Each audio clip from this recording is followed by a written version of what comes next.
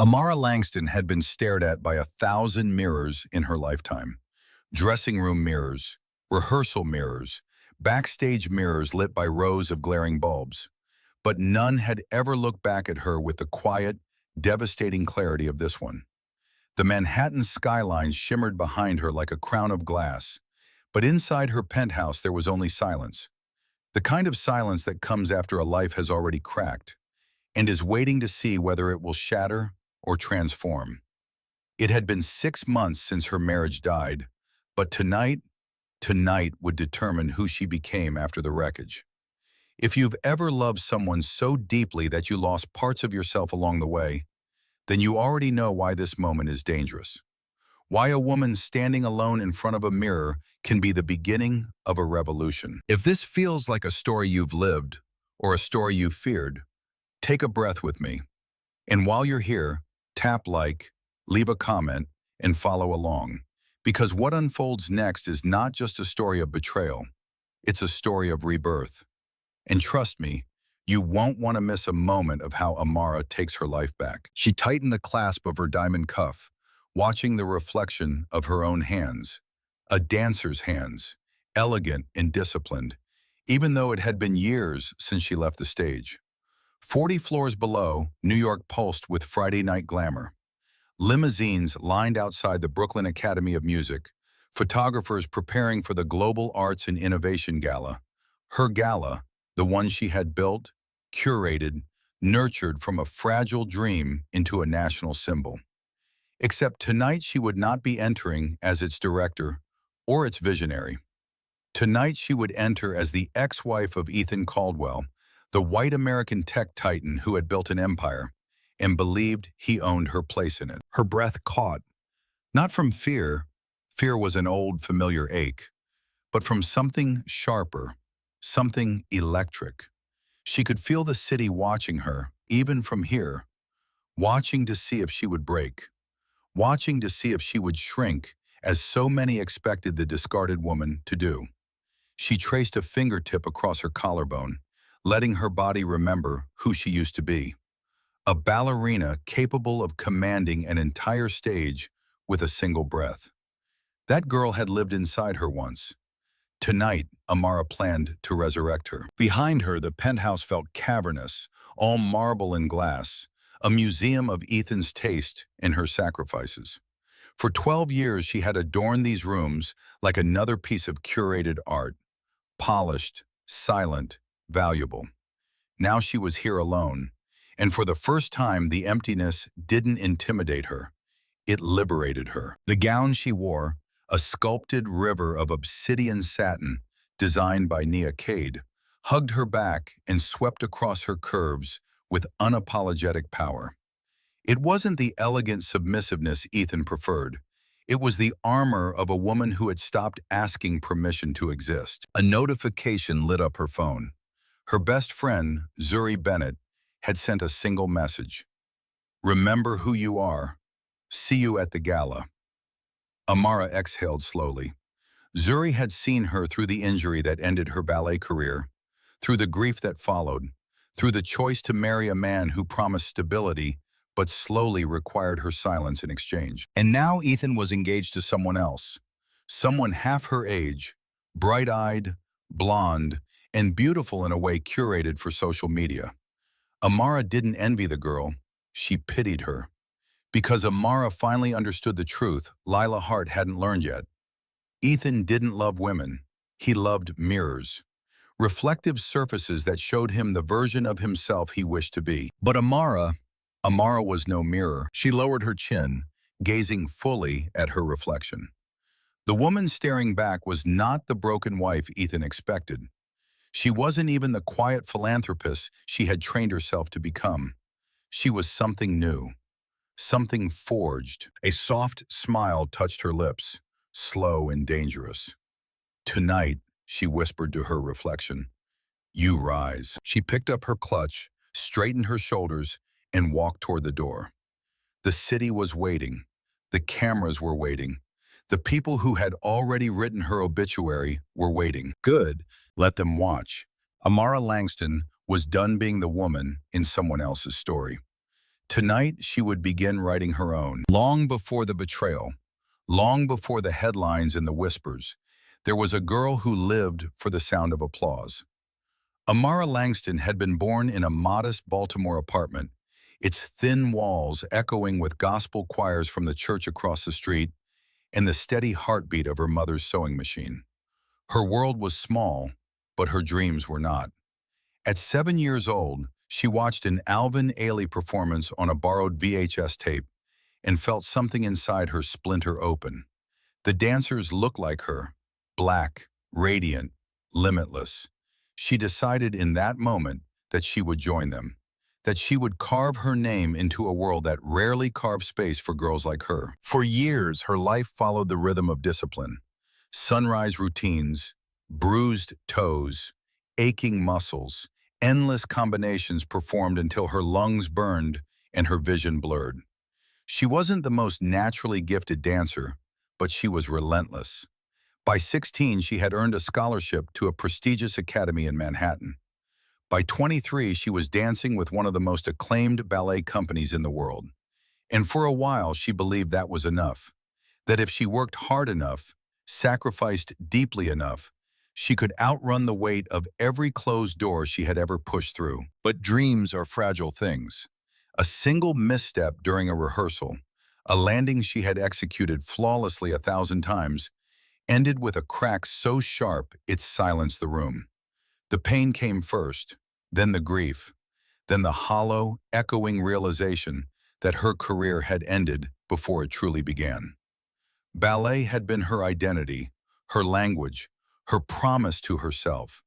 Without it, she felt like a ghost wandering inside a body she no longer recognized. That was when Ethan Caldwell entered her life. He had attended a fundraising performance for the arts, arriving in the type of suit a Wall Street heir wears without thinking. He introduced himself backstage with a smile that seemed disarmingly earnest. And when he looked at her, she felt seen, truly seen, for the first time since her fall. Ethan admired her strength, her discipline, her drive. He told her she wasn't ruined, she was remarkable. He told her she deserved more than the scraps the art world offered its wounded. And she wanted to believe him, needed to. In those early years, his affection felt like salvation. He encouraged her to pursue neuroscience, a field she had once considered before ballet consumed her life. "You're brilliant," he would whisper. "You could change the world with your mind." And so she followed him into a different kind of performance, the performance of being the perfect partner. She attended corporate dinners, smiled for photographs, learned how to navigate rooms filled with men who mistook her poise for gratitude. When Ethan suggested they start a philanthropic initiative blending arts and education, she poured her soul into it. The Langston Arts Initiative became her new stage, her new calling, her new proof that she still mattered. But as the years passed, small compromises accumulated like dust. Ethan preferred her hair straightened for events, more polished, he said. He discouraged her from reconnecting with old dance friends. Too emotional, he claimed. And he never said it aloud, but she knew he liked her best when she was quiet, graceful, and unobtrusive. An accessory that elevated him. Still, she convinced herself she was building a partnership, that every sacrifice was part of a shared dream. But at night, when she removed her makeup and washed off the day's expectations, she often wondered, was she becoming a masterpiece or a museum piece? The truth arrived slowly, in glances she missed and absences she rationalized. Ethan's late nights, his sudden insistence on younger consultants, his fixation on social media influence, an obsession he never had before, and always, always, his praise became conditional. "You're doing fine, Amara, but the world is changing. Try not to fall behind." She heard the warning then. She ignored it. Because women like her, women who had clawed their way into rarefied spaces, learn early that survival often requires stillness, softness, compliance. And because part of her still feared that without Ethan, without the initiative, without the identity she had meticulously rebuilt, she would become that ghost again. But life has a way of revealing what we avoid. And in the months leading up to the gala, Amara began noticing shadows under the surface of her marriage, dark shapes moving in the corners of her routines. She sensed betrayal the way a dancer senses imbalance, instinctively, before the fall. Yet even then, she didn't picture the truth. She didn't imagine Ethan replacing her. Not her. Not after everything she had sacrificed to become the woman he paraded through his world. But sacrifice is a dangerous language. Once you speak it fluently, you begin to give away pieces of yourself without realizing what you've lost. And Amara Langston, brilliant, disciplined, extraordinary Amara, was about to discover just how much she had surrendered and what it would cost to reclaim it. It began the way fractures always do, quietly, invisibly, beneath a polished surface that had fooled even her. Amara used to think marriages ended with shouting, slammed doors, or a confession that detonated everything at once. But Ethan wasn't the type to explode. He eroded, not suddenly, not loudly, but slowly, like water carving its way through stone until the shape of everything had changed. It started with his phone. Ethan had never been secretive. In the early years, he'd leave his phone face up on the kitchen counter, notifications buzzing harmlessly with investor messages and calendar reminders. But one morning, Amara noticed he flipped it face down. That small gesture, innocent on its own, landed in her gut like a bad omen.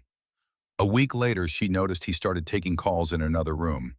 A month after that, he placed a new fingerprint lock on the device, claiming company protocol. Each explanation was logical, reasonable, and yet something fundamental in her began to tense, the way a dancer's muscles tense a beat before the music shifts. Then came the trips. Ethan had always traveled for work, but now the trips were different, longer, vaguer. Product development summit, he would say, or meeting with a potential partner, but he never offered details. He stopped mentioning names, stopped sending photos, stopped asking if she wanted to join him for a weekend extension, the way he used to when they still felt like a team. At first, Amara blamed herself. That was her flaw, the one she rarely admitted. She was brilliant, but she was also self-doubting. She had grown up in spaces where she had to earn every inch of ground. So when something felt wrong, her instinct was to ask what she had done to cause it. She studied herself in the mirror too harshly, searching for signs of fading, softening, becoming less. She questioned whether she had become too serious, too dedicated, too absorbed in the initiative, whether she had begun carrying herself like someone who had been disappointed by life one too many times. And in that vulnerability, Ethan's subtle comments found fertile ground. "You've looked so tired lately. Maybe you should try something younger, fresher, more modern. You don't have to work so hard. Just focus on being presentable." They weren't cruel words. That would have been easier. Cruelty is obvious, unmistakable. But these were worse. Words shaped like concern, but weighted like criticism. They burrowed under her skin until she couldn't tell where Ethan's voice ended and her insecurities began. Still, she wanted to believe in them. In him. In the polished marriage they had curated like a joint portfolio. They were the couple that magazines photographed at charity galas. The pair quoted in business columns about shared vision. The duo praised for blending technology and art into something modern and compelling.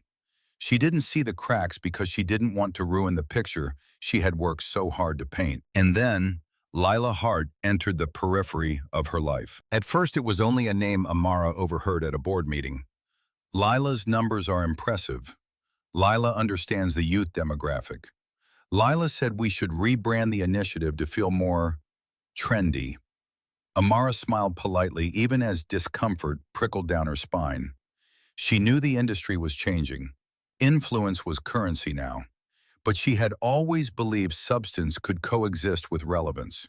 She didn't realize she was already being repositioned, quietly, subtly, as the classic face of the initiative, a word polite people use when they meant aging out.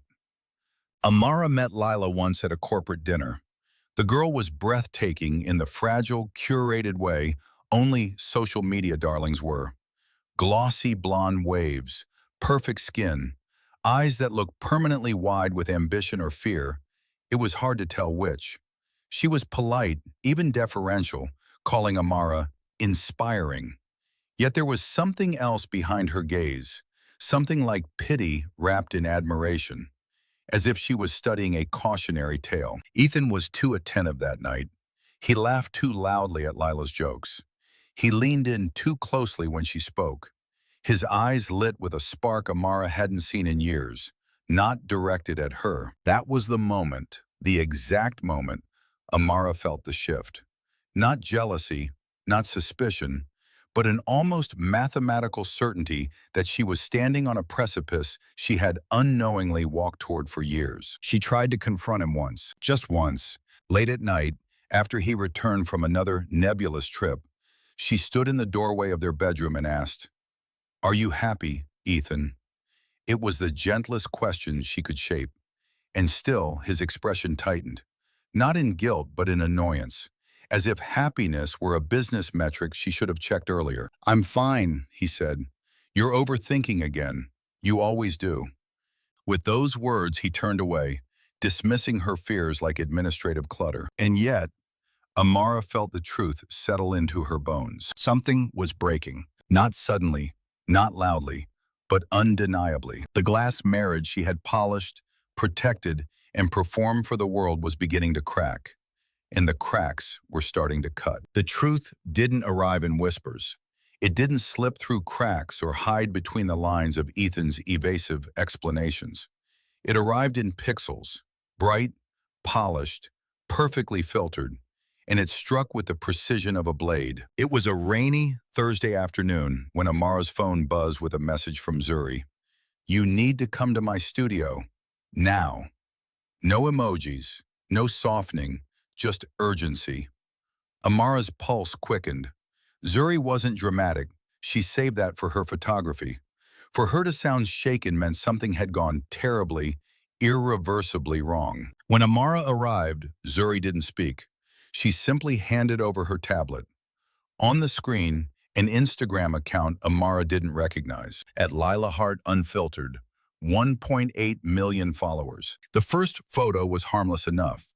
A sunlit terrace in Santorini, 2 wine glasses, the ocean sparkling behind them. But the second photo, that one stole the air from Amara's lungs. It was Ethan, his profile partly hidden but unmistakable. The tilt of his head, the watch she bought him on their 10th anniversary, the exact way he held a glass as though he were examining it rather than drinking from it. And then came the videos. Montenegro boat trip, a Michelin-star dinner in Lisbon, a rooftop in Singapore, his hand brushing against a woman's thigh just out of frame, a hotel balcony in Buenos Aires where 2 silhouettes stood too close, too familiar. Amara didn't blink as she scrolled, though each image felt like a stab delivered with surgical precision. This wasn't a secret affair tucked away in shame. This was a romance curated for the world, hidden from only one person, the wife. Zuri's voice broke through the silence, soft but steady. "I found the account by accident. She uses a private secondary page for more authentic content. Someone from the agency leaked it." The agency. Of course, influencers might hide from spouses, but they never hide from contracts, managers, and NDAs. Amara kept scrolling. There was Lila, smiling, glowing, looking at the camera like life itself adored her. And beneath almost every photo was a caption dripping with coyness. "Nothing tastes sweeter than something you thought you'd lost. New beginnings with someone who sees me. Grateful for a man who believes in my future." Though Lila never tagged Ethan, the clues were unmistakable. Reflections in sunglasses, cropped silhouettes, the edge of his expensive jacket, his unmistakable voice laughing faintly in a background clip. It was almost artistic, betrayal disguised as a treasure hunt. But what shattered Amara wasn't the glamour. It was the timestamps. Lisbon, The same week, Ethan claimed he was finalizing a partnership in Denmark, Singapore, during their anniversary month, Buenos Aires, 2 days after he missed her keynote speech, saying he had a last-minute crisis. Each moment she had stood alone, rationalizing his absence. He had been across the world living a life that did not include her. Amara's hands trembled, but her face remained composed. An old dancer's instinct. Never let the audience see the injury. Zuri watched her, eyes glistening. "I didn't want to believe it either," she whispered. "But there's more." She pulled up a leaked industry report, screenshots of conversations between PR firms and Caldwell Tech's marketing division. The notes were brutal, transitioning brand image to appeal to Gen Z investors. Lila Hart is an ideal candidate, fresh, influential, photogenic. Replace current initiative director ASAP. She skews too traditional. Replace, not support, not collaborate, replace. With a younger woman, Ethan had already folded into the fabric of his life, into his travel itinerary, into his brand strategy, into his private desires. But the final blow came in the form of a video Lila posted only hours earlier. She sat against a golden-hued sunset, her hair glowing, her smile coy. A soft voice behind the camera, Ethan's voice, said, "Tell them what today is." Lila giggled. "Can't say yet, but it's the start of something real." The camera cut. The implication did not. Amara felt her throat close, but not from heartbreak. No, this was devastation refined into clarity. The kind of clarity that arrives only when a woman realizes she wasn't simply betrayed, she was erased. For a long moment, she said nothing. Her silence terrified Zuri more than tears ever could.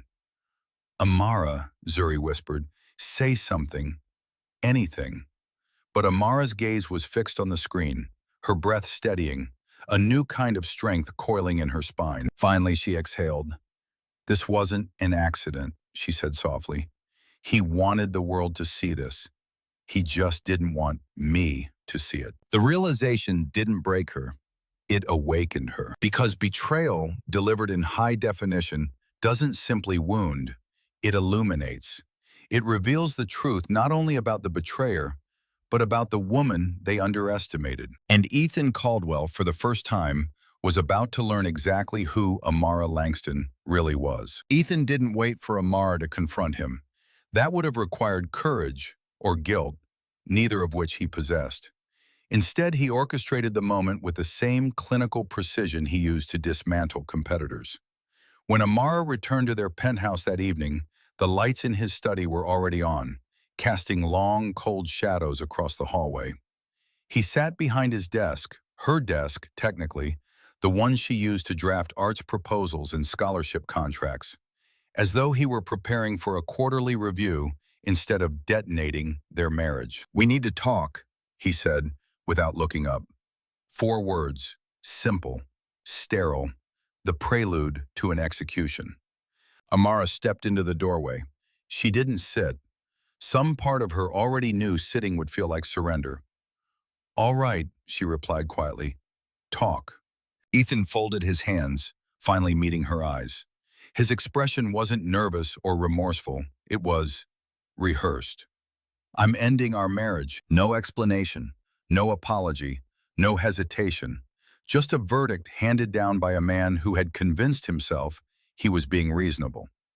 Amara felt the room tilt, but she anchored herself with a single breath, long, measured, dancer-controlled. "I see," she said. "And why is that?" He blinked, as if surprised she expected justification. "This isn't working anymore. We've grown apart. We want different things." He spoke as though quoting from a self-help book for cowards. "And Lila Hart?" Amara asked. His jaw tightened, but he didn't flinch. "It's serious," he admitted. "She understands the future I'm building." A chilled silence wrapped around the room. Serious, as if their 12-year marriage were a temporary arrangement, and this months-long affair was a grand, enduring love. As if Amara's sacrifices, her career, her identity, her youth, were footnotes in his biography. "What exactly are you saying, Ethan?" she asked, her voice low. He opened a leather folder. Contracts, agreements, already prepared, already signed on his side. "I've spoken with my attorneys," he said. "This is a clean proposal.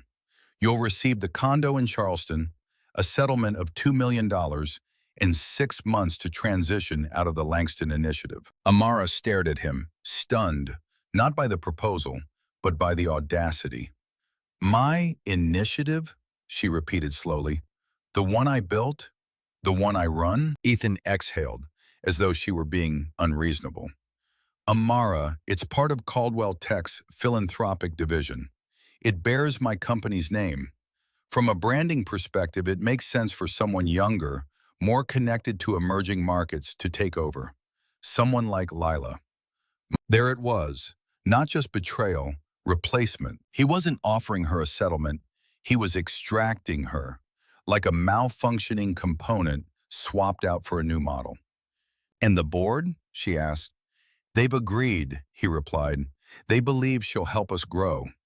You're respected, Amara, but you're not the face of the future anymore." He said it gently, as if that softened the cruelty, as if being labeled obsolete was a matter-of-fact observation and not a knife to the throat. Amara swallowed, feeling grief, fury, disbelief rise like a tide she refused to drown in. $2 million, she said, each word steady. "For 12 years. For the initiative. For everything I built." "It's generous," he insisted. "The prenup is binding, and you know it. But I want us to stay civilized." Civilized. A word wielded by men who mistake their own entitlement for dignity. "You're asking me to disappear," she said. "Not a question. A truth." Ethan hesitated, just for a second, the only hint of discomfort he allowed himself. "I'm asking you to start over. Somewhere new. Somewhere quieter. Charleston is beautiful. Peaceful. You could teach again." Teaching. A consolation prize for the dreams he had convinced her to set aside. "And the narrative?" she asked, because she knew there would be one. He cleared his throat. "The PR team will announce that we've mutually agreed to separate. No mention of infidelity, of course. That would be messy." Messy. The truth was messy. Her humiliation was messy. But his reputation, that had to remain spotless. Amara stepped closer, her posture tall, regal, reminiscent of the dancer she once was. "And what about Lila? You plan to unveil her as your fiancée the moment our papers are signed?" He looked away. A tell. "We'll be discreet," he said, "for a time." Not discreet, strategic. Amara felt something inside her shift, crack open, and then solidify. A hardening, a choosing. For years she had internalized every slight, every dismissal, every quiet moment of being made small. But now, faced with the magnitude of his audacity, something else rose inside her. Clarity sharpened into resolve. "You believe I'll sign this?" she said softly. "I expect you will," he replied. "It's what makes the most sense." "It makes sense," she murmured. "For you." Ethan studied her, misreading her composure as capitulation. "Take the weekend to think it over." Amara closed the folder, her hands perfectly steady. "I don't need the weekend," she said. And for the first time since their marriage began to fracture, Ethan looked uncertain, as though he suddenly understood that the woman standing across from him was not the version he had shaped, silenced, or controlled. In that moment, Amara didn't yell. She didn't cry. She didn't break. Something far more dangerous happened. She decided to fight. The door clicked shut behind Ethan, and the penthouse fell into a silence so total it seemed to press against Amara's skin. She stood in the middle of the living room, still holding the leather folder he'd handed her, his neat little roadmap for removing her from his life. For a long moment she couldn't move, couldn't speak, couldn't breathe. The world had tilted on its axis, and she was suspended between the reality she had known and the one she'd been violently thrust into. When she finally lowered herself onto the couch, the leather folder slid from her hand and hit the floor with a soft thud. It was almost insulting how quietly something could shatter a life. 12 years. 12 years of love, or something she had mistaken for it. 12 years of building, shaping, supporting, sacrificing, all reduced to a settlement number and a transition plan. Her vision blurred. Hot tears spilled before she could stop them, dropping soundlessly onto her knees. She covered her mouth to stifle the sob that rose like a wound tearing open. For the first time since she was a girl dancing in a Baltimore church basement, she felt small. So impossibly small, she didn't know how she had ever learned to take up space. She folded forward, her forehead nearly touching her palms, breath coming in jagged bursts. This wasn't heartbreak. This was obliteration. She cried for the life she built. She cried for the version of herself she had abandoned to become someone's perfect partner. She cried for every time she had ignored her own voice to preserve his comfort. And she cried for the girl who once believed she could survive anything, only to discover she had survived herself into invisibility. Minutes passed, or hours. Time became water, slipping through her fingers. Eventually the tears quieted, leaving her hollow and trembling. She lifted her head, eyes swollen, breath uneven. Through the floor-to-ceiling windows, Manhattan glittered, alive, indifferent, unstoppable. The city pulsed with ambition, arrogance, beauty, sin. It made no space for weakness, but it rewarded evolution, reinvention, rebirth. A strange, electric ache stirred in her chest. In the quiet, she heard a truth she'd avoided for years. You allowed this. Not the betrayal, that was Ethan's sin, but the erosion, the slow shrinking of her identity, the silencing of her dreams, the steady compromise she'd confused with devotion. She had surrendered too much, and he had taken everything she offered. Her grief settled into something denser, heavier, hotter. Anger, not the wild, explosive kind that burns fast and leaves ash.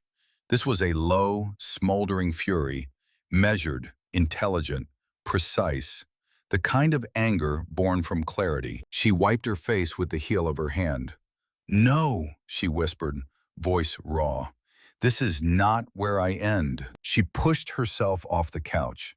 Her legs were unsteady, but she walked anyway, toward her bedroom, toward the mirror that had witnessed her transformation hours earlier.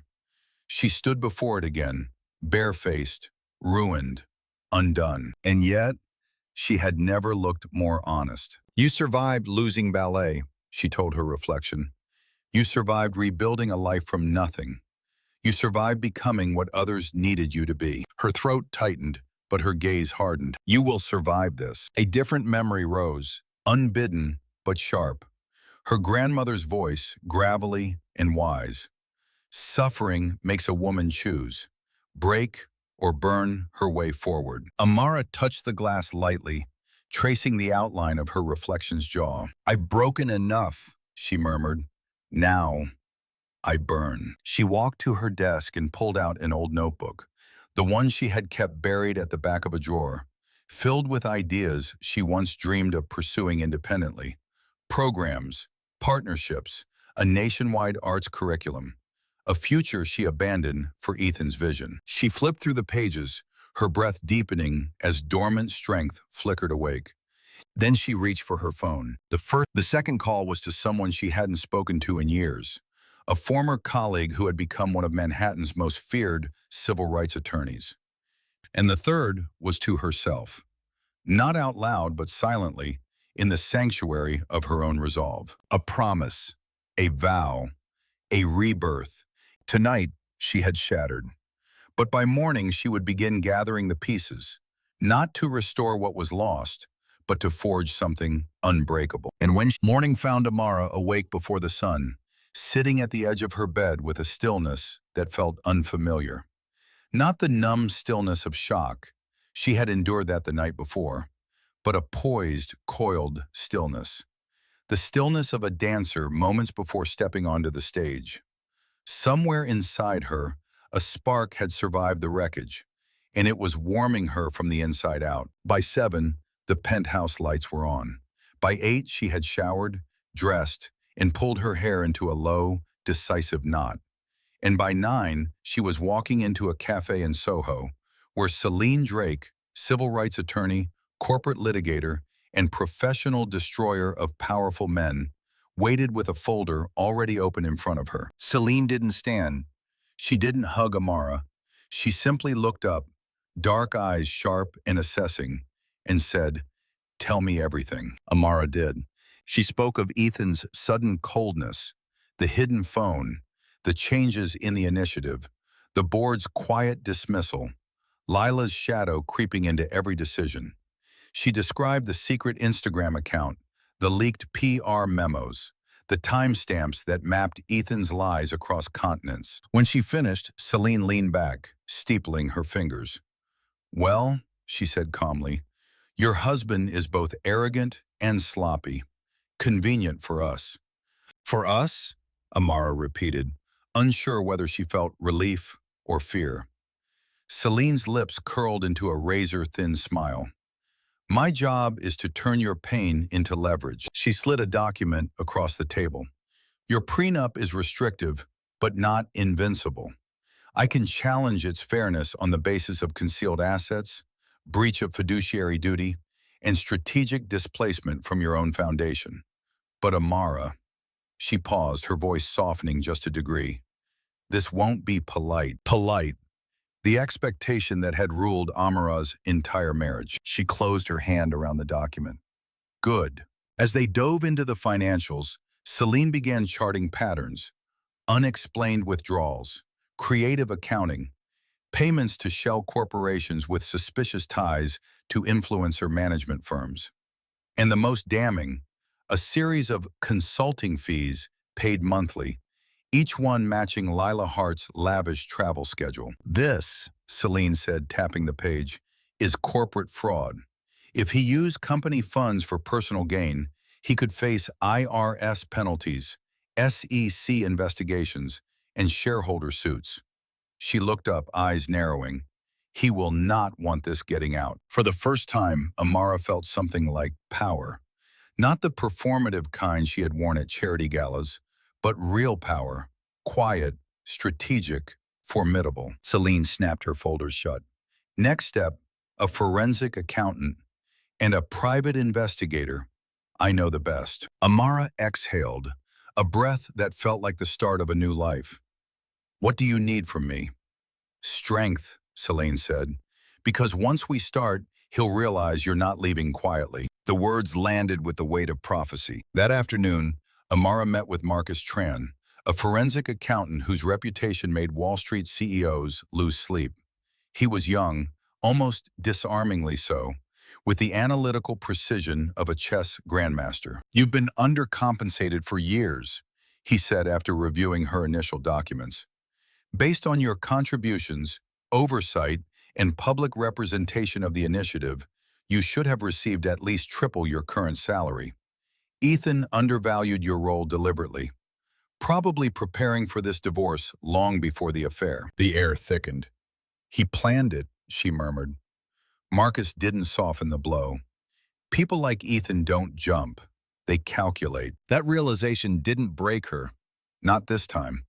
It ignited her. The third meeting took place in Zuri's photography loft, where sunlight poured through massive windows and canvases littered the walls.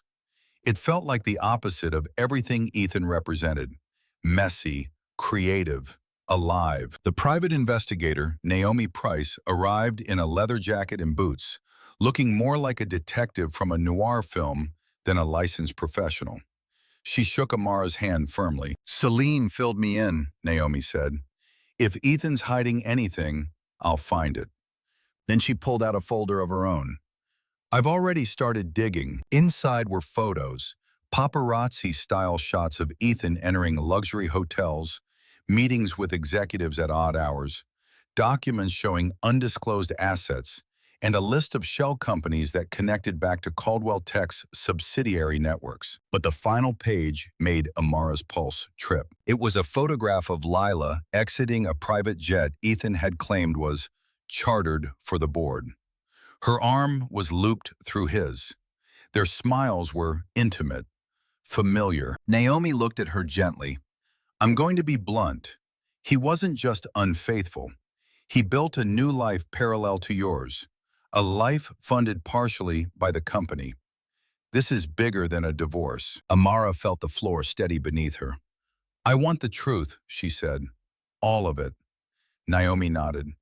That's what I do. When Amara returned home that evening, the penthouse didn't feel like a mausoleum anymore. It felt like the battlefield it would soon become. She set her notebook on the dining table, the notebook holding dreams she had abandoned, futures she had postponed, versions of herself she had quieted. She opened to a page filled with ideas for a national arts curriculum she had once believed she might lead independently. She traced the words with her fingertips. It no longer felt like wishful thinking. It felt like a blueprint. Ethan had spent years making her smaller, keeping her contained. But the truth was simple. He had never feared losing her. He had feared what she might become without him. As the sun dipped behind the skyline, bathing the room in gold, Amara lifted her chin. She was done breaking. She was done bending. She was done shrinking. The rebuilding had already begun. Reinvention doesn't begin with triumph. It begins with ashes, cold, silent remnants of a life that once felt eternal. Amara understood that now. She had been burned down to the framework of her identity, stripped of illusions and comfort. And yet, as she stood in front of Nia Cade's atelier mirror, something inside her flickered with the heat of rebirth. Nia's studio was a sanctuary of controlled chaos.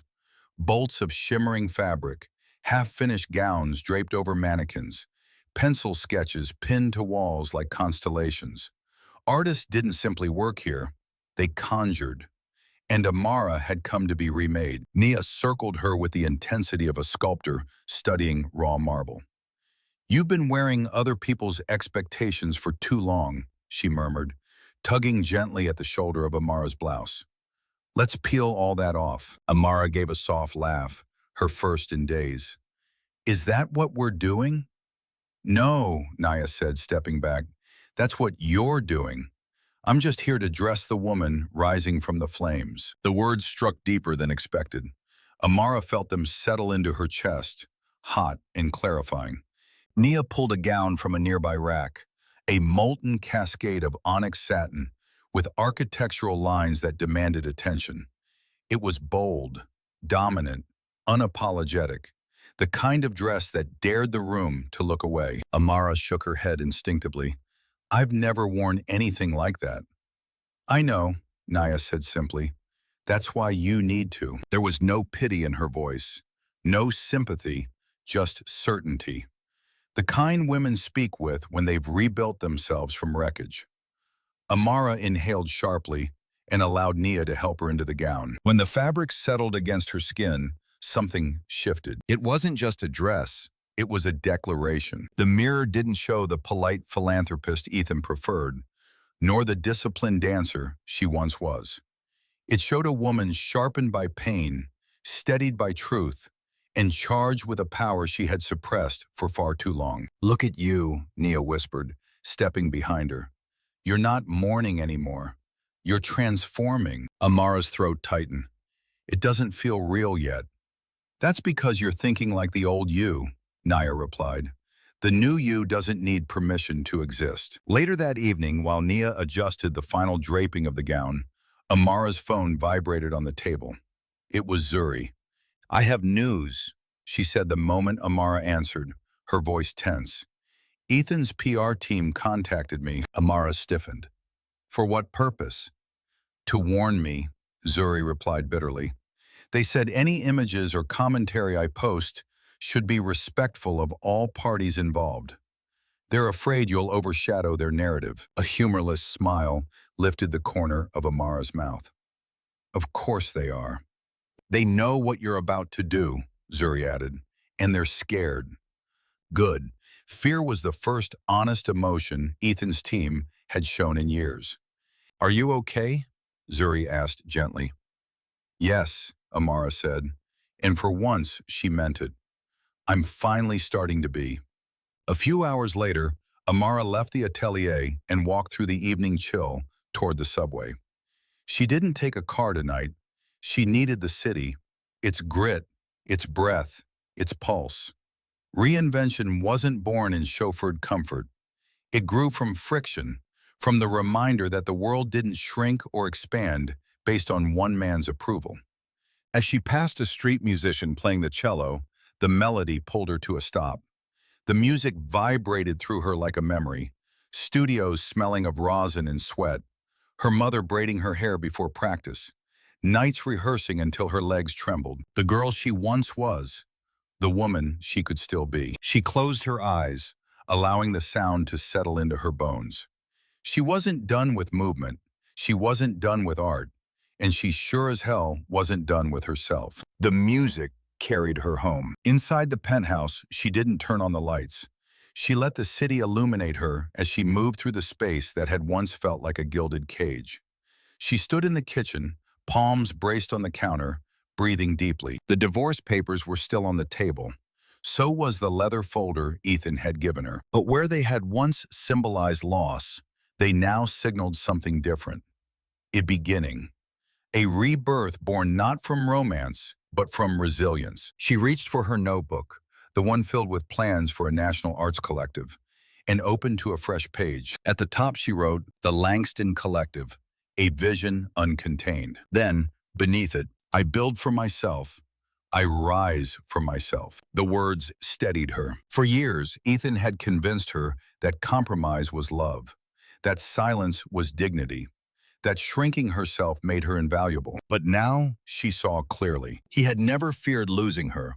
He had feared what she might become without his shadow constraining her. And she was becoming that woman, dangerously, brilliantly, undeniably. Reinvention wasn't a choice anymore. It was her destiny. And the fire that had once consumed her was now the fire she wielded. The morning of the board meeting arrived with a tension so sharp it felt like a wire pulled tight inside Amara's chest. The sky over Manhattan was a bruised gray, heavy with the promise of rain. Fitting, she thought. Storms deserve storms. She stood in the lobby of Caldwell Tech's headquarters, 40 floors of glass, steel, and ambition. A monument Ethan had once been proud to show her, as if the building itself were an extension of his ego. Today she entered not as his wife, not as a fixture of his curated image, but as a woman with truth sharpened into a weapon. Employees glanced at her as she passed, their expressions flickering with recognition, curiosity, discomfort. News always traveled faster inside corporations than it did outside them. Whispers had already surfaced about the divorce, about the initiative, about Lila. But no one expected her to walk into the lion's den uninvited. That was precisely why she was here. On the 32nd floor, the boardroom doors loomed before her. Tall, polished, imposing. She paused only long enough to steady her breath, then pushed them open. Heads turned. Ethan, seated at the head of the long mahogany table, stiffened. His expression faltered, the briefest crack before he schooled it back into corporate neutrality. "Amara," he said, rising slowly, "this is a private meeting." "Yes," she replied calmly, "that's why I came." Gasps rippled around the room. The board members, a collection of power brokers, investors, and executives, exchanged cautious glances. They were accustomed to control, to predictability. Amara's presence disrupted both. She walked to an empty seat near the center of the table, but didn't sit. "I won't take much of your time," she said, voice steady as steel. "Just enough to reclaim the truth." Ethan stepped toward her, attempting to usher her aside. "This isn't appropriate." "Neither," Amara said, "is funneling corporate funds to your mistress." A dead, stunned silence swallowed the room. The oldest board member, Margaret Chen, leaned forward. "Excuse me?" Amara opened her folder, the one Celine had prepared with meticulous, devastating precision. and laid a stack of documents on the table. Here you'll find a record of unauthorized transactions, misreported expenses, and monthly consulting payments to Ms. Lila Hart. Payments labeled as brand strategy work, but aligning perfectly with her international travel alongside Ethan. She slid another sheet forward. I also included photographs, dates, and a preliminary financial analysis showing misappropriation of over $480,000 from Caldwell Tech's philanthropic division. Murmurs broke out immediately. Disbelief, outrage, fear. Ethan's face drained of color. "This is absurd," he snapped, voice cracking. "She's twisting things. These payments were legitimate business expenses." "Then you won't mind," Amara said smoothly, "if the SEC, the IRS, and your shareholders verify that for you." A sharp inhalation cut across the room. Margaret Chen picked up one of the documents. "Ethan, is this accurate?" Ethan's eyes flicked from Margaret to the papers, then to Amara. "This is being blown out of proportion. We can handle this internally." But the board members were no longer looking at Ethan. They were looking at Amara, not with pity, but with dawning respect. "I'm not here for revenge," she continued, her voice lower now, almost intimate. "I'm here because you deserve to know the truth about the man representing your company, about the risks being taken in your name, about the damage already done." She turned to the group fully. "I built the Langston Initiative from nothing. I dedicated 12 years to making Caldwell Tech appear visionary, compassionate, socially aware. And in return, Ethan attempted to erase me, not just from the initiative, but from the narrative entirely." The room grew still, charged with the gravity of her words. "But I won't be erased," she finished softly. Margaret closed the folder and set it before her as if it were radioactive. "We'll need to convene privately," she said, addressing the board. "Effective immediately." Ethan bristled. "This is unnecessary." "It is absolutely necessary," Margaret snapped. "Your conduct has potentially exposed us to legal, financial, and reputational catastrophe." Ethan opened his mouth, but another board member, a man who had always bowed to Ethan's authority, cut him off. "You should step out, Ethan.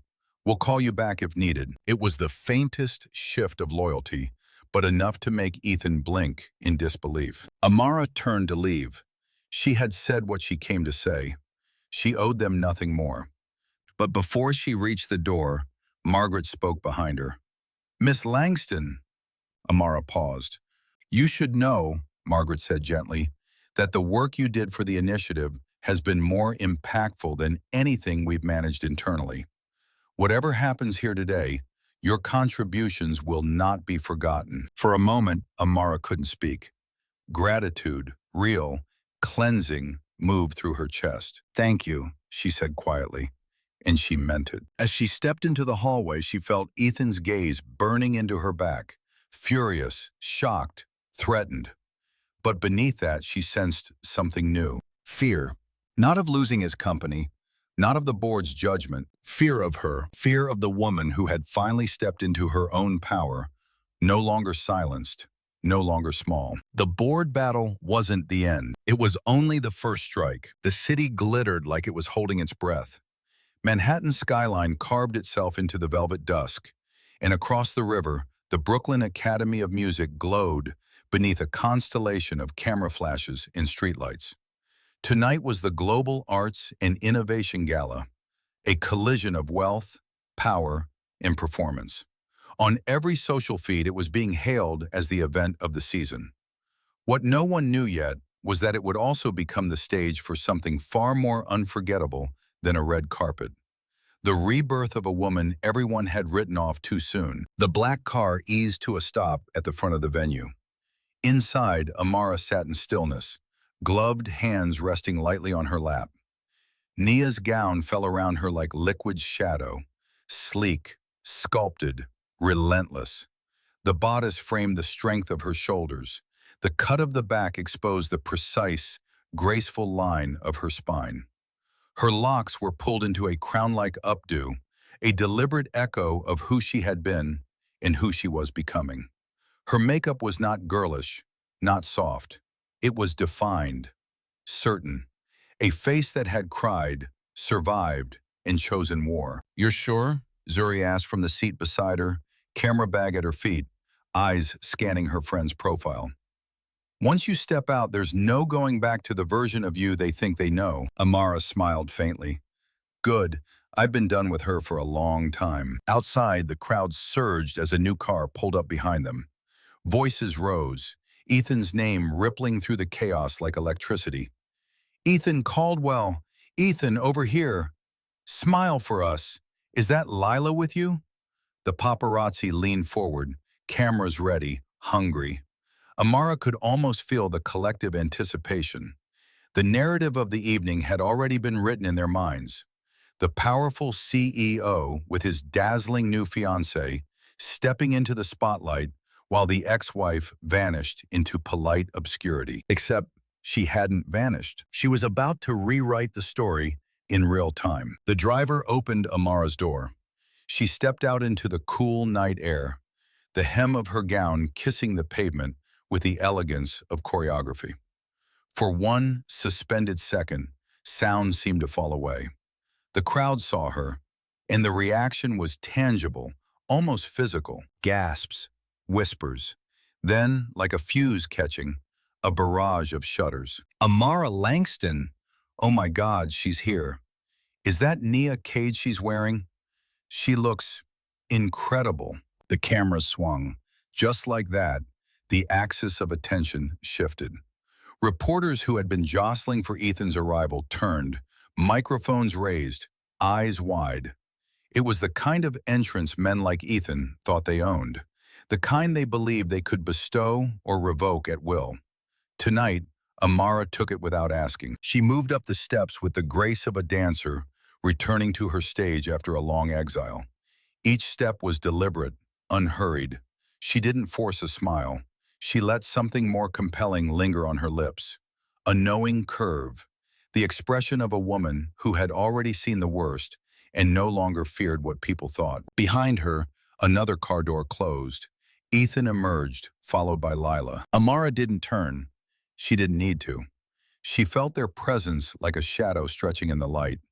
The crowd's reaction told her enough. The swell of noise that had always accompanied their joint appearances was fractured tonight, divided, uncertain. "Ethan, over here! Amara, just one photo, please." "Lila, what does this night mean to you?" "Dr. Langston, did you help organize the gala this year? Are you all going to appear on stage together?" The chaos was almost orchestral. Out of the corner of her eye, Amara caught a glimpse of them at last. Ethan in a tailored navy tuxedo, jaw clenched tighter than the bow at his collar. Beside him, Lila looked like a dream shaped by algorithms. Shimmering champagne gown, perfect curls, glittering jewelry. But under the harsh flash of cameras, the perfection faltered. There was a tremor in her smile, a stiffness in the way she held Ethan's arm. Her eyes flicked toward Amara, widening, to recognition, to intimidation, to the dawning realization that this was not the small, pitiful ex-wife she had been told to keep out of mind. Inside the lobby, the atmosphere hummed with money and curated elegance. Chandeliers dripped light onto marble floors. Strings played a modern arrangement of classical themes. Donors, artists, CEOs, and critics moved through the space like pieces on a chessboard, each aware that being seen here meant something. And Amara? She wasn't just seen, she was felt. Conversations stilled as she passed. Old donors she had personally courted stepped forward, relief and admiration warring in their eyes. "Dr. Langston," one of them said, a museum director from Chicago, "it is so good to see you." "Are you still leading the initiative?" another asked, his tone cautious, hopeful. Amara smiled, enigmatic. "For tonight," she replied. "We'll see what tomorrow brings." Words spread in whispers, fast as wildfire. She's here. She looks unstoppable. She walked in like she owned the place. Ethan watched from across the room, his hand gripping a glass too tightly, knuckles white. Lila stood slightly behind him, not beside him, not truly. For the first time, she looked less like his equal and more like an accessory. Zuri slipped through the crowd, snapping candids, Amara laughing with donors, greeting artists, exchanging warm embraces with scholarship recipients whose lives she had touched. These photos would not go through Ethan's filters. They would not be curated by his PR team. They would tell their own story. On the upper balcony, the stage crew adjusted microphones and lighting for the evening's program. In less than an hour, Amara would step under those lights to address the room, as she had many times before, but never like this. This time, she would not be speaking for Ethan's legacy. She would be speaking for her own. As the orchestra struck the opening notes and the guests began to take their seats, Amara stood at the edge of the main staircase, looking down at the sea of faces, gowns, tuxedos, and flashing phones. The girl she used to be, broken in a rehearsal studio, clutching at her ruined knee, could never have imagined this moment. The woman she had been as Ethan's wife would never have dared to seize it. But the woman she was now, she didn't just belong here. She was the reason this room mattered at all. The night of the gala wasn't just about art or innovation or philanthropy anymore. It was about power. Who held it? Who had been denied it? And who was finally ready to claim it in full view of the world? When the house lights dimmed and the stage lights rose, the room shifted, hundreds of conversations falling away like petals. The orchestra's final note faded into a hush so complete it felt fragile, suspended, expectant. A single spotlight illuminated the podium at center stage, casting a pool of gold over polished wood. Amara stood at the foot of the stairs, hands steady, spine tall. She could feel eyes on her, not just glances, but complete, rapt attention. The kind she had once commanded as a dancer. The kind that had slipped from her grasp during years of quiet, strategic disappearance. Tonight, she wasn't reclaiming it, she was reinventing it. Zuri squeezed her hand briefly. "Go give them the truth," she whispered. Amara stepped into the light. A soft gasp rippled across the auditorium as the audience realized who was walking toward the microphone. Ethan, seated with the board in the second row, stiffened visibly. Lila's hand, resting on his arm, faltered, but Amara didn't look at them. This moment wasn't for them. It was for her. She reached the podium and placed both hands gently on either side. The room was so quiet she could hear her breath, her heartbeat, and then her voice. Warm, resonant, unbreakable. "Good evening." A murmur of greeting washed back at her. But Amara lifted her chin and continued. "For 6 years, it has been my honor to help lead this gala and the Langston Arts Initiative. For many of you, I've had the privilege of working with you personally, building programs, raising funds, advocating for the importance of creativity in the lives of young people. Tonight, I want to share something far more personal." The air tightened. People leaned forward. "When I was 8 years old," she said, "my mother took me to see a ballet company perform at the Lyric Opera House. We couldn't afford good seats, so we sat so high up that the dancers looked like flickering shadows. But when the music began, something inside me recognized itself. Whispers softened. Even the servers paused with their trays midair. I devoted the next 18 years of my life to that dream, to dance, to beauty, to expressing what words could not. But life has its own choreography, and sometimes it changes the tempo without asking for permission." Her voice steadied. "I suffered an injury that ended my ballet career, and for a long time, I believed that meant my story was over." A few faces softened, women who understood loss, men who recognized ambition's sharp edge. "But I learned something. Art isn't what you do, it's who you are, and reinvention is just another movement." She paused, letting the truth settle. "When I helped build the initiative, I believed I had found a new stage, a new way to give young people what the world had nearly taken from me: belonging, purpose, expression. For 6 years, I poured everything I had into it, believing my work would speak louder than my fears." A flicker of pain moved across her expression.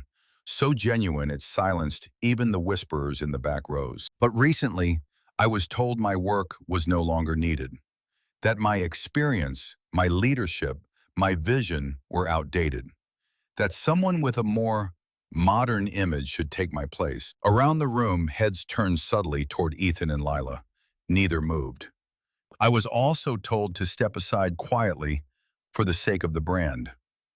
The word brand left her mouth like a blade. Tonight, standing here in front of the people who have supported this mission, who have believed in it as deeply as I have, I want to tell you the truth. Amara drew a breath, eyes shining not with tears, but with conviction. I will not disappear. A wave of electricity surged through the room. I will not allow anyone to rewrite the history of what we built together.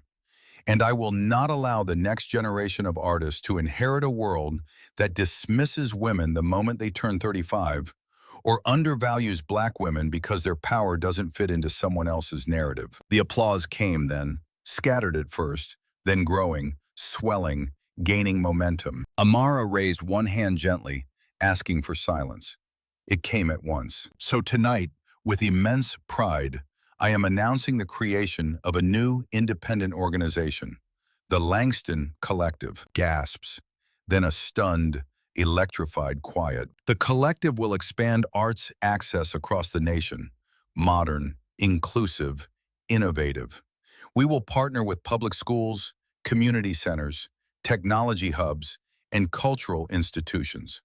We will uplift voices too often ignored. We will build spaces where young minds can create without limits. Donors whispered urgently to each other, surprise and excitement lighting their faces. Ethan's face had gone pale. Lila shifted in her seat, fingers trembling. And every partnership, every program, every scholarship that I cultivated over the years, those relationships were with me. Not with a corporation, not with a brand, with me.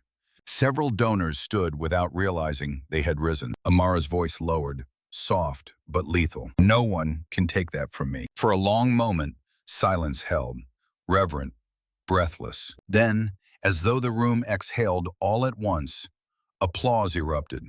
Thunderous, emotional, transformative. People rose to their feet, some clapping, some cheering, some wiping tears from the corners of their eyes. Amara stood still, absorbing the tidal wave of validation she had never asked for, but had always deserved. And then she saw it. Ethan, watching her with an expression she had never seen on him, not anger, not contempt, fear, fear of a woman who had stepped out of his shadow and into her own magnitude, fear of a truth he could no longer control, fear of losing the one thing he had always taken for granted, the narrative. Amara thanked the audience with a graceful nod and stepped back from the podium. Her heart thundered with life, her body humming with a strength she had once believed she'd lost forever. Her speech had not simply introduced the Langston Collective. It had reintroduced her to the world. And the world, it seemed, was finally ready to listen. The moment Amara stepped off stage, the world behind the curtain erupted. Producers scrambling, donors swarming, journalists firing off frantic emails. But all the movement, all the noise, felt distant, muted, as if the air itself had paused to absorb what she had just unleashed. Zuri reached her first, eyes glowing with pride. "You lit that room on fire," she whispered, voice trembling. But before Amara could answer, a figure appeared in the wings, rigid, furious, familiar. Ethan. He stood half in shadow, jaw tight, tie loosened as though he'd pulled at it without realizing. His eyes held a cold, scattered panic. Not the panic of a man caught cheating, the panic of a man watching the empire he built on illusions beginning to crack. "Amara," he said, sharp, quiet, "we need to talk. Now." Zuri stepped instinctively closer, but Amara touched her arm gently. "It's all right," she murmured. It wasn't fear she felt. It was readiness. She followed Ethan down a hallway lined with velvet curtains and framed posters from past performances. The noise of the gala faded behind them until only their footsteps echoed, a staccato rhythm of confrontation. He stopped near a secluded service corridor, turned to face her, and exhaled through clenched teeth. What the hell was that? Amara raised an eyebrow. A speech. That wasn't a speech, he snapped. That was sabotage. She let the accusation hang between them like smoke. Sabotage, she repeated softly, implies dishonesty. Everything I said was true. You blindsided me, he hissed. You blindsided the board. You made us look exposed, she offered. He flinched. This isn't a game, he said. There are consequences to what you did. There are consequences to what you did, she replied evenly. I'm simply naming them. He stepped closer, lowering his voice to a hissed whisper. You're playing with fire you don't understand. The collective? The donors? You think they'll follow you? You think they'll walk away from Caldwell Tech? I don't think, Amara said. I know. His mouth tightened. A crack of uncertainty flickered in his eyes, brief but unmistakable. This isn't who you are, he said, almost pleading. You're not vengeful. She laughed softly. You're confusing vengeance with boundaries. Ethan raked a hand through his hair. I never wanted things to get ugly. If I had just gone quietly, she interrupted. If I had let you replace me, erase me, hand over my work so you could parade a newer model in front of investors. He stiffened, cheeks reddening. You're twisting everything. Am I? Her voice sharpened.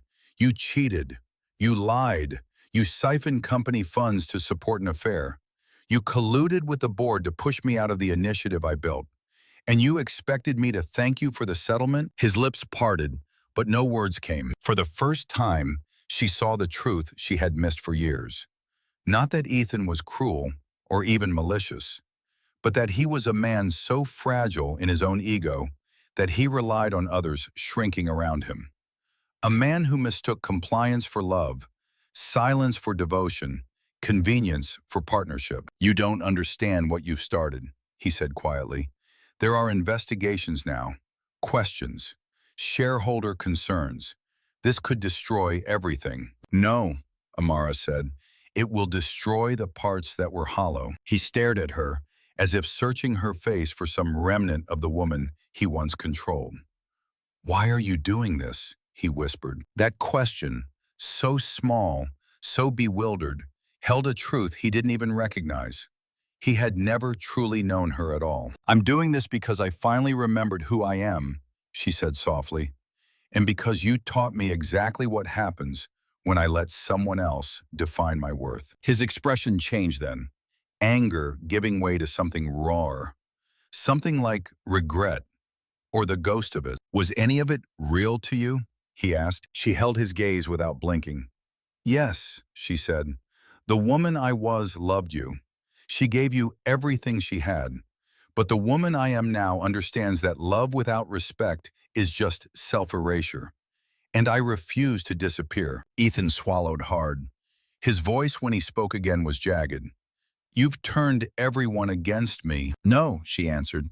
You did that yourself. I just stopped protecting the image you built. A long, aching silence filled the corridor. Finally, she drew a breath. This is the last conversation we will have privately, she said. From now on, everything goes through attorneys. And whatever deal you thought you could force on me, consider it dead. He looked shattered, not from heartbreak, but from losing control over the narrative he'd crafted so carefully. Goodbye, Ethan. She walked past him, her gown whispering against the floor like a closing curtain. As she stepped back into the warm glow of the gala, she felt something unfurl inside her. Light, fierce, liberated. Behind her, Ethan remained alone in the shadows. Before her, the world waited, wide open. And Amara Langston, no longer afraid of fire, was ready to rise into it. Scandals don't explode all at once. They seep, then swell, until the pressure becomes impossible to contain. In the weeks after the gala, Amara watched the fallout unfold, not from the center of the storm, but from the quiet of her own choosing. It began with a single article. A mid-level business reporter published a piece about ethical concerns at Caldwell Tech's philanthropic arm, citing anonymous sources and potential misallocation of funds. At first, it was a small ripple. Then other outlets picked it up. Phrases like corporate misconduct, misuse of charitable donations, and conflict of interest began to lace headlines. Financial blogs dug deeper. Activists questioned how many arts programs had gone underfunded while someone's private life was being subsidized. Ethan's PR team moved fast, but spin has a short shelf life when truth has receipts. The board convened emergency meetings. Anonymous statements leaked. Internal emails surfaced, some from executives who had quietly warned Ethan months earlier, others from those who had encouraged him, hoping to cash in on Lila's influence. Investors, long tolerant of arrogance so long as returns were high, suddenly went quiet in public and ruthless in private. One shareholder meeting later, the inevitable happened. Ethan voluntarily stepped down as CEO, rebranded as a consultant, exiled from the spotlight he had once treated like oxygen. Amara didn't celebrate, not the way people expected her to. Vindication, she learned, was not a fireworks show. It was quieter, a deep, unclenching relief, a space in her chest that no longer felt occupied by someone else's shadow. Lila vanished from social media for a month. When she reappeared, it wasn't with a brand deal or a vacation reel. It was with a shaky video filmed in what looked like a bare apartment. Her mascara was smudged. Her voice trembled. "I owe a lot of people an apology," she began. "Most of all, Dr. Amara Langston. I told myself I didn't know everything that was going on. I told myself I was just taking opportunities. But deep down, I knew I was stepping into something built on someone else's pain. That's on me." It wasn't perfect. It didn't erase what she had done, but it was real. And for the first time, Amara saw the girl beneath the glitter, the one who had also sold pieces of herself to survive in a world obsessed with youth and beauty. She didn't reach out. Forgiveness, she decided, was not demanded. It was lived. And the most powerful form of it was simply moving on. Meanwhile, the Langston Collective bloomed. In 6 months, they opened pilot programs in 5 cities: Baltimore, Detroit, Atlanta, Oakland, and Newark. They partnered with public schools starved for arts funding, community theaters on the brink of closure, tech incubators looking to reimagine creativity. Classrooms once silent now echoed with drum beats, spoken word, choreography stitched together from street styles and classical forms. Amara traded boardrooms for studio floors. Some afternoons, she sat cross-legged with teenagers who showed her sketches on worn notebook paper or phone cameras full of dance videos. "You gave us a place we're not invisible," one girl murmured, pressing a folded letter into her hand. At night, in the quiet of her new apartment in Harlem, a sunlit space filled with mismatched furniture, stacks of sheet music, and paintings from emerging artists, Amara read those letters and felt something Ethan's approval had never given her: peace. She still wore Nia's gown once more, this time not for a gala, but for a photo shoot announcing a partnership with a major arts foundation. The image went modestly viral.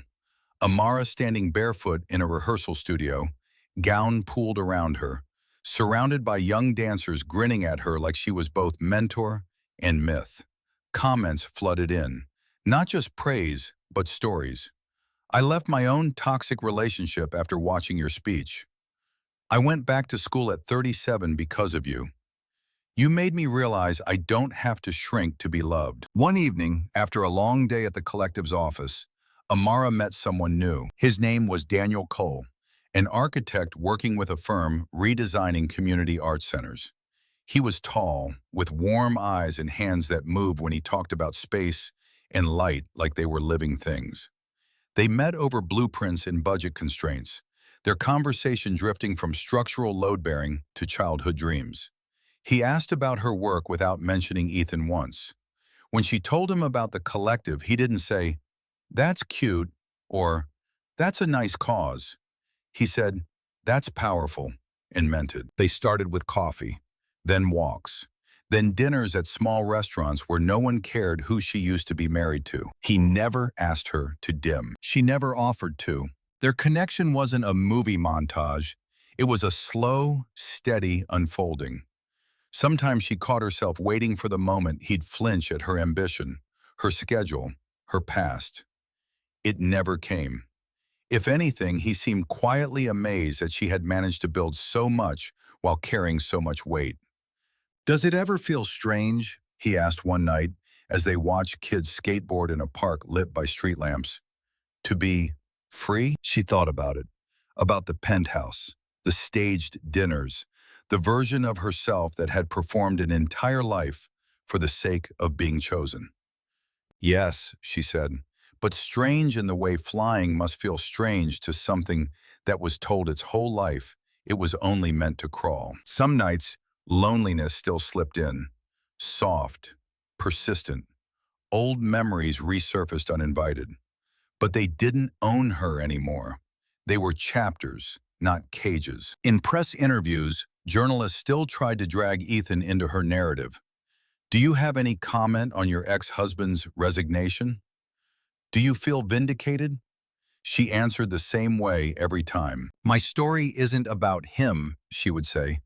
"It's about what we do with what breaks us and what we build after." Fallout had taken so much away: a marriage, a title, a polished illusion of a safe life. Freedom gave her something far better, a self she could finally recognize, a purpose that didn't revolve around anyone else's ego, a new kind of success defined not by headlines or net worth, but by classrooms filled, lives touched, and a heart no longer negotiating its own worth. And for the first time in a very long time, Amara Langston wasn't performing. She was simply, beautifully, fiercely living. The invitation arrived in a thick ivory envelope, its edges embossed with a silver crest Amara hadn't seen since her 20s.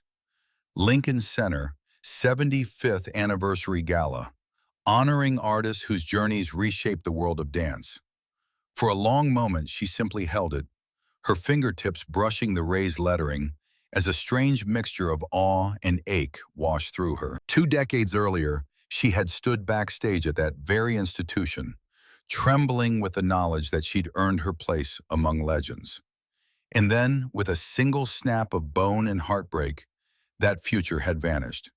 She had thought the stage was gone forever, lost to the version of herself who had died the day her knee did. But life, in its quiet genius, had a way of circling back. Now, she wasn't being invited as a dancer trying to prove herself. She was being invited as a woman who had already risen. The months leading to the event were filled with rehearsals, gentle at first, then increasingly demanding. The gala choreographer, a wiry genius named Emilio Arroyo, studied her with an intensity that reminded her of Nia. "You're not here to be 20 again," Emilio had said on the first day. "You're here to be who you are now." That's what they came to witness. And so she relearned her body. She learned its new language, the way strength had settled into deeper places, the way grace had evolved from ambition into presence. Her jumps were lower, yes, but her lines held a gravity that came only from having lived. When she turned, it wasn't to impress, it was to express. Every rehearsal peeled away another layer of the woman who had once curled herself into someone else's expectations. This time, she wasn't dancing to be chosen. She was dancing because she had already chosen herself. The night of the gala arrived cold and crystalline, the kind of winter evening that made Lincoln Center glow like a cathedral. The fountain outside sparkled beneath the lights, and the plaza thrummed with dignitaries, performers, and patrons dressed in fabrics that whispered wealth and influence. Amara stood backstage again, older, steadier, infinitely stronger. Her costume was simple, a flowing white dress that moved like breath in shadow. Her locks were pulled into a soft crown, adorned with tiny silver pins that shimmered under the dressing room bulbs. Emilio approached her, placing a hand on her shoulder.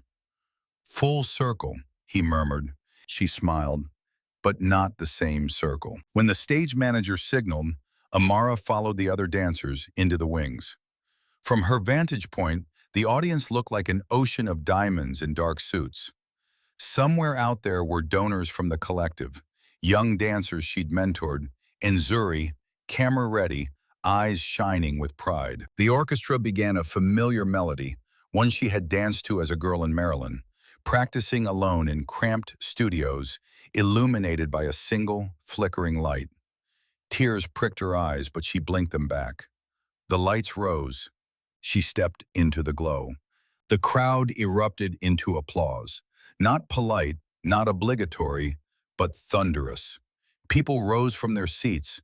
Some called her name.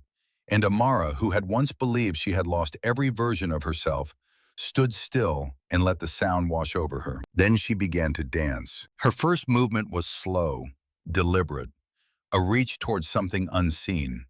Her arm extended with a longing she no longer carried. Her body curled inward, then blossomed outward, tracing arcs of resilience through the air.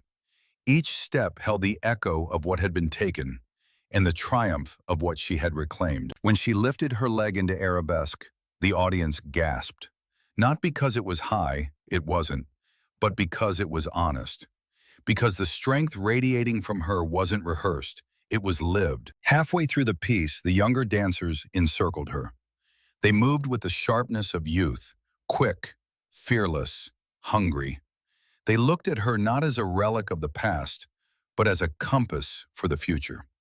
They mirrored her movements, then expanded them, then reshaped them, each generation building on the last. It was more than choreography, it was lineage. The final note swelled, and Amara rose into a balanced, trembling penché, her silhouette framed by the brilliant wash of stage lights, her breath visible in the cold air, her heart illuminated for all to see. When the music cut, silence fell. A heartbeat, another. Then the audience exploded upward, cheering, clapping, shouting her name. Many were crying. Even the critics who'd once dismissed her stared with open reverence. Backstage, she sank onto a bench, chest rising and falling, overwhelmed by a wave of gratitude so deep it made her lightheaded. She wasn't trembling from exertion. She was trembling from arrival. This was not the future she once imagined. It was better. Zuri rushed in, hugging her with enough force to knock the breath from her. "You did it," she whispered. "You did the impossible. You gave that stage meaning again." Amara wiped her eyes. "It gave me meaning too." Later, as guests mingled at the reception, a young dancer approached her, barely 16, shy, clutching a program to her chest. "Ms. Langston," she said softly, "I grew up watching videos of your old performances. I used to think your story was tragic." Amara smiled gently. "Used to? Not anymore," the girl replied. "Now I think it's inspiring. You showed me that dreams don't die. They just change shape." Amara touched her shoulder, emotion tightening her throat. "Remember that," she said, "and let your dreams change with you." Outside, snow had begun to fall. Quiet, glittering, soft as forgiveness. She stepped into the night, letting the snow settle in her hair, melt on her cheeks. Somewhere in the distance, the city hummed with the relentless beat of possibility. And Amara Langston walked through it not as a woman defined by pain, but as a woman defined by evolution. Full circle didn't mean returning to where she began. It meant returning to who she truly was. Unbroken, unhidden, unforgettable. 2 years after the night she reclaimed her voice, Amara Langston stood at the large windows of the Langston Collective's new headquarters, a converted warehouse filled with color, movement, and the boundless energy of young artists who finally had a place to belong. Outside, Harlem pulsed with life. Inside, a mosaic of framed letters covered an entire wall. Gratitude from students, parents, teachers, dancers, dreamers. People whose lives had been touched not by scandal, nor wealth, nor influence, but by her. Her phone buzzed. A notification lit the screen. The Langston Collective surpasses 50,000 students served nationwide. Below it, hundreds of comments. "You changed my life. I left a toxic relationship because of your speech. My daughter dances now because you reminded me to hope. This was her legacy. Not the one Ethan tried to confine her to, not the one she lost on a rehearsal floor, not the one she sacrificed in someone else's shadow.